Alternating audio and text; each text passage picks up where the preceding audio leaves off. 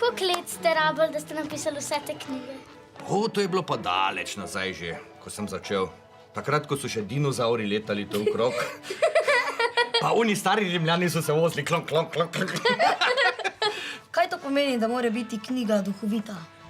Ja, to pomeni, da mora duhovita, pomeni, da ima ogromno duhov, ki so z mano. Strašijo. Ja, ampak to je duhec smeha, duhec zabave, duhec veselja. In vsi ti duhci potem hodijo meni po glavi in mi pomagajo napisati tako duhovito knjigo. A si knjige pisal že v mojih letih? Ne, jaz sem začel s pesmicami. In recimo ena pesmica je šla takole. Čebela in trod sta spila cel sod, čebela je omedlela, trod pa je padel za plot. Vi imate toliko dolg nos kot Peter Nos. To imaš pa prav. Poznam Petra Nosa, ker sem si 26krat razbil glavo, pa 24krat nos. Jaz sem zdaj že čist zmedena. Ali naj vas z Brunotom vikava, tikava ali unikava? Vse je v redu, samo da me ne zanikata. A bi eno prebrali? Ja. Ja. Čigum. Ne, jaz bi rejši tisto v listko, ko se drži. Ali pa Zebe Ne, leteča vevernica. Ne, zebe kotar. A zebe kotar? Če pa ne... Ne. Škrat za spanc, prosim. Ja, če pa ne... V redu, če ne vidva zebe odločita. kotar, pa Vidva odločita. Kaj pa žnodra nos? Vidva odločita. Lahko je žnodra nos. Dajte vi prebrati. Ne, a veš kaj, jaz to ne znam brati, ker meni je vedno mama brala. Jaz mislim, da to najboljše, da ti narediš. Žnodra nos. Nekoč je bil en smrkelj. To ni bil navaden smrkelj. Ta smrkelj je bil nekaj posebnega. Vsak nos je narejen zato, da skozi njega dihamo in da skozi njega hodi zrak. No, hodi ravno ne, ker zrak nima nog. Eni pravijo, da zrak drsi skozi nos.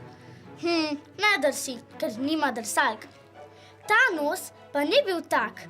Ta je bil res nekaj posebnega. No, zdaj imam pa že od tega poln nos. No, jaz tudi. Jaz tudi, meni tudi že malo teče.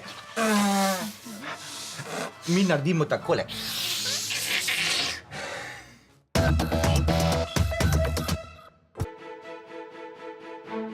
Na začetku zgodbe poveste, da je nekoč živela neka kanta, ampak ta kanta je bila nekaj posebnega. Točno, sej, tudi... Vsi predmeti in bitja v vaših zgodbah so nekaj posebnega. Se tudi vidva sta nekaj posebnega. Tudi vi. Jaz sem pa malo bolj tako malo manj poseben. A si se že ti naučil brati? Knjižnici imajo taka zdravila, ko prideš v knjižnico, ti dajo zdravilo, da se takoj naučiš brati v sekundi. A naj poskusim? Probi. No, daj. Mogoče bo pa šlo.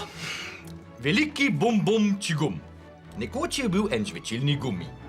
To ni bil navaden žvečilni gumi, ta gumi je bil nekaj posebnega. Druge žvečilke so narejene za to, da jih damo v usta, jih potem lepo počasi prežvečimo. Žvek, žvak, čvek, čvak. Potem pa pljuč v smeti in se konča. Bogi čigume. Ja, ampak tako se ni končalo. Če želi zvedeti, kako se je končalo, poglej v knjigo. Zakaj pa tu gor na vseh knjigah piše pozor pravljice? Je to opozorilo? Je to nevarno? To je zelo nevarno in če ne znaš brati, obstaja nevarnost, da se boš naučil brati. In ko se boš naučil brati, obstaja nevarnost, da ne boš nehal nikoli več brati. In zato ne vem, če vama lahko jaz to dam v roke. Res, to čisto posod piše tle. Ja, pa tu, pa tu, pa tu, pa tu, pa tu, pa tu, pa tu, pa tu, pa tu, pa tu. Ti se res sam hecaš. A si bil ti sploh kdaj resen v življenju? Vse, kar je napisano v mojih knjigah, je resnica, samo resnica in nič kaj drugega kot resnica. Nič ni izmišljeno. Vse je res. Primaš, ti naj spet hecaš. Jaz bi si najraj kar lase spula in zdaj mi je jasno, zakaj jih ti nimaš. Sam sebe hecaš.